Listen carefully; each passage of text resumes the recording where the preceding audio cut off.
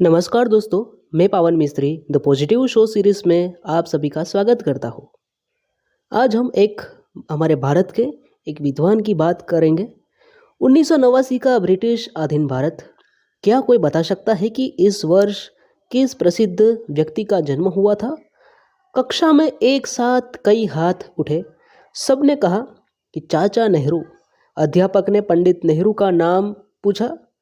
उत्तर में फिर कई हाथ उठे और मैं की आवाज़ आई। अध्यापक खुश हो ही रहे थे कि पिछली सीट पर बैठे सज्जन ने एक सवाल किया। क्या आप बता सकता है कि उसी साल किसी और एक महान व्यक्ति का भी जन्म हुआ था? कक्षा में सन्नाटा छा गया। थोड़ा सूत्र मिला। वे दुनिया के सबसे बड़े स्वैच्छिक संगठन के संस्थापक हैं। उत्तर में फिर भी सन्नाटा था। बच्चे उदासीन बने रहे।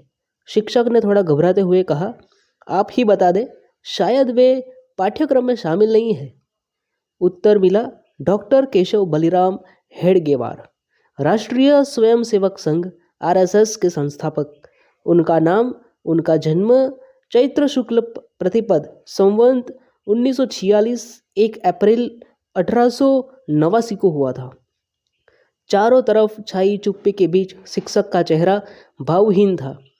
तय था कि वे आरएसएस के बारे में या तो नहीं जानते थे या तो जानते थे, वह नकारात्मक था।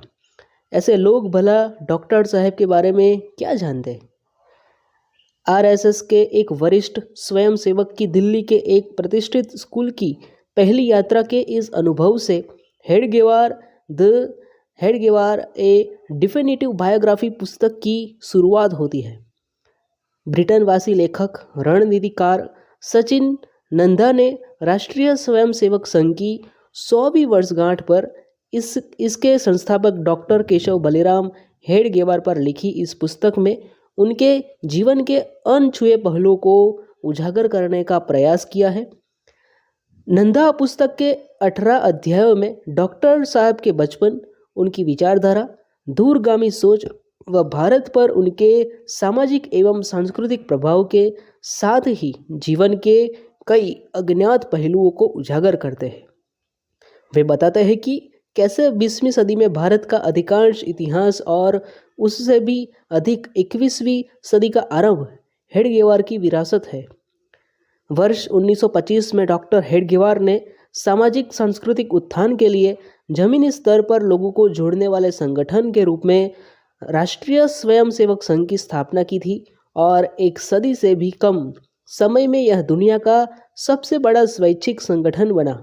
इसके प्रशिक्षण शिविरों में लाखों स्वयंसेवक भाग लेते हैं। संघ ने देश को 2 प्रधानमंत्री दिए, अटल बिहारी वाजपेयी और वर्तमान पीएम नरेंद्र मोदी। पुस्तक में नंदा इस बात के लिए बौद्धिक जगत की आलोचना करते हैं कि इस वर्ग ने स्वतंत्र भारत में उस व्यक्ति के जीवन को कभी भी स्पष्ट रूप से नई पीढ़ी के सामने नहीं आने दिया, जिसके विचारों और कार्यों ने मानवता के 5वें हिस्से को प्रभावित किया है। वह लिखते हैं, हेडगेवार का प्रभाव आधुनिक भारत में हर जगह है, पर भारत की सामूहिक स्मृति में कहीं नहीं है। उन्हें इतिहास की पाठ्य पुस्तकों से हटा दिया गया और भारत के स्वतंत्रता संग्राम से मिटा दिया गया। आरएसएस के 60,000 दैनिक एवं 25,000 साप्ताहिक केंद्रों की भागीदारों की छोड़कर उन्हें औपचारिक रूप से ही हेडगेवार के जीवन और मूल्यों के बारे में शिक्षित किया जाता है। शायद ही कोई ऐसा व्यक्ति आपको मिले जो उनके बारे में कुछ भी सार्थक बता सके।